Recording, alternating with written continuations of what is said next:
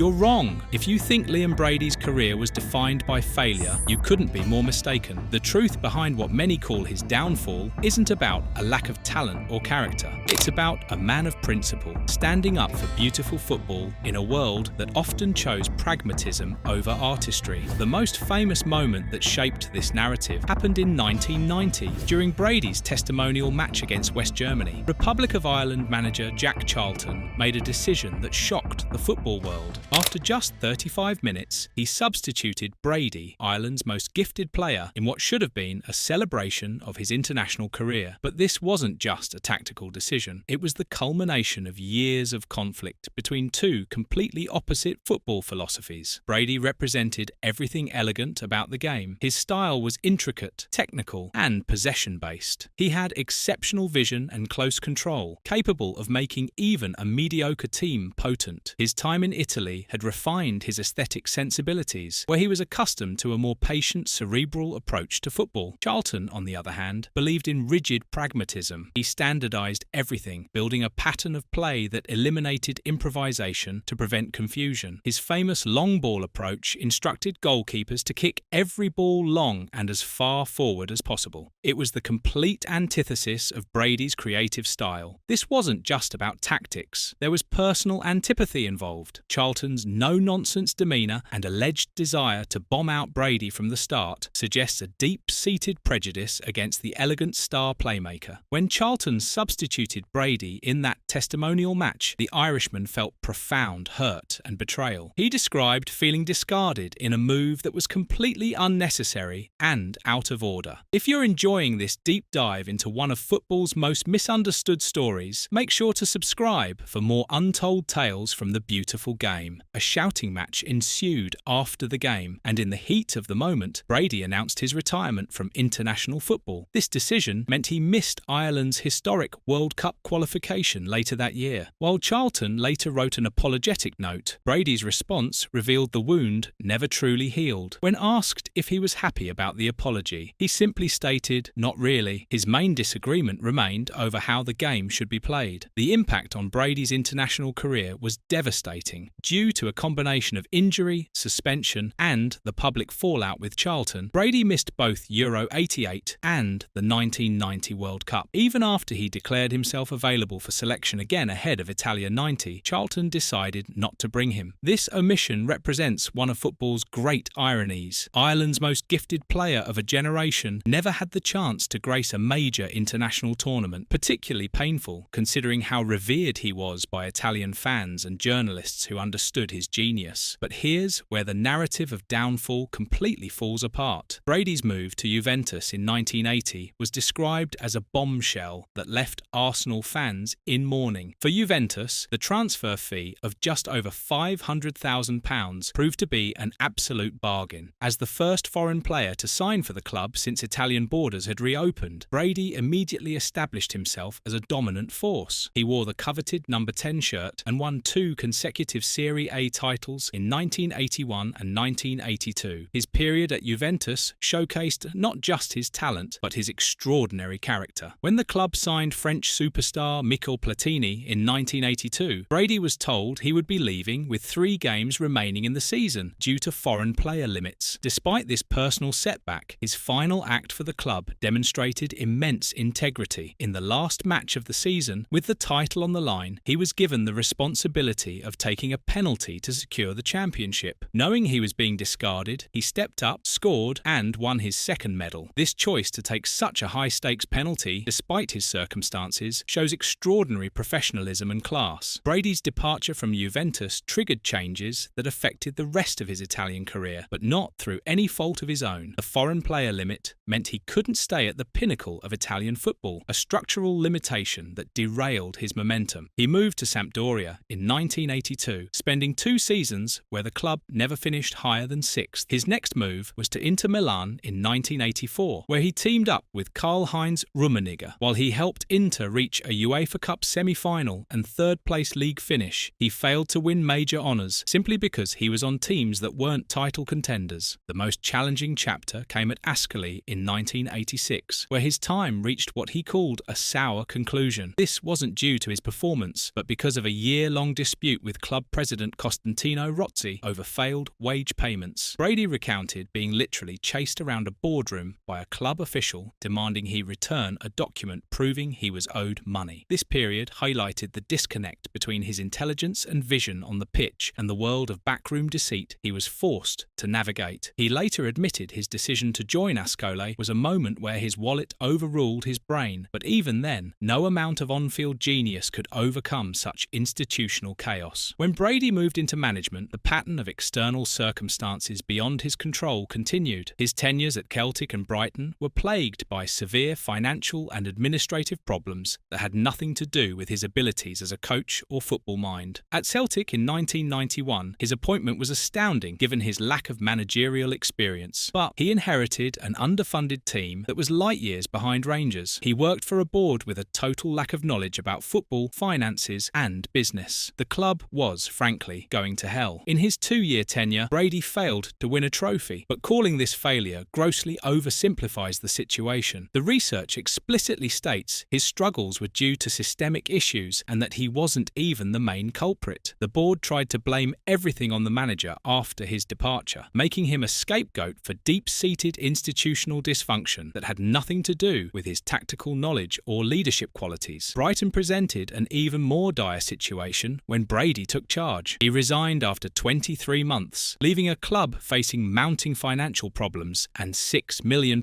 in debt. They had already sold their historic Goldstone ground for development. He wasn't hired to build a successful team, but to manage an existential crisis. The financial situation was so precarious that a transfer deal for goalkeeper Mark Beanie for £350,000 was described as the most important save in Brighton history because it prevented liquidation. Brady was willing to take on this impossible task, speaking to his character and commitment to the game. Here's the remarkable truth about Liam Brady's story that completely destroys the downfall narrative. Despite these external setbacks that would have broken lesser men, his legacy is one of enduring influence and artistic brilliance. He's rightly immortalised in murals at the Emirates Stadium as an Arsenal great, a player who injected culture and intellect into the game and earned his place in the English Football Hall of Fame. What many people don't realise is that Brady's greatest redemptive act wasn't on the pitch or touchline, but on the training ground. After his playing and managerial careers ended, he found his true calling at Arsenal as head of youth development. In this role, he was finally able to pass on his technical, possession-based philosophy to a new generation of players without interference from rigid managers or financial chaos. Most notably, Jack Wilshere cited Brady as his role model, ensuring the Irishman's approach to beautiful football lived on through English football's next generation. This wasn't just about developing individual players, but about preserving a style of football that prioritised technique, vision, and intelligence over physicality and directness. Brady's influence extended far beyond just one player. His work in youth development helped shape Arsenal's academy philosophy during a crucial period. He understood that true football education wasn't just about tactics or fitness, but about developing players who could think creatively, read the game, and express themselves with the ball. These were the qualities that had made him special as a player. Don't forget to hit that subscribe button and ring the notification bell to never miss our latest football stories and legendary player profiles. The transformation from perceived failure to respected mentor represents the true measure of Brady's character. While others might have become bitter about missed opportunities or unfair treatment, he channeled his experiences into something positive. He used his setbacks as learning opportunities, understanding that football success isn't always about individual glory, but about contributing to something bigger than yourself. This final chapter serves as the perfect conclusion to his story and completely reframes what success really means in football. While his personal ambitions may have been unfulfilled on the grandest stages due to circumstances beyond his control, his influence on the sport was ultimately more profound and lasting as a mentor. The legacy of Chippy Brady endures through every footballer he helped shape, proving that true greatness isn't always measured in trophies, but in the positive impact you have on others and the beautiful way you choose to play the game.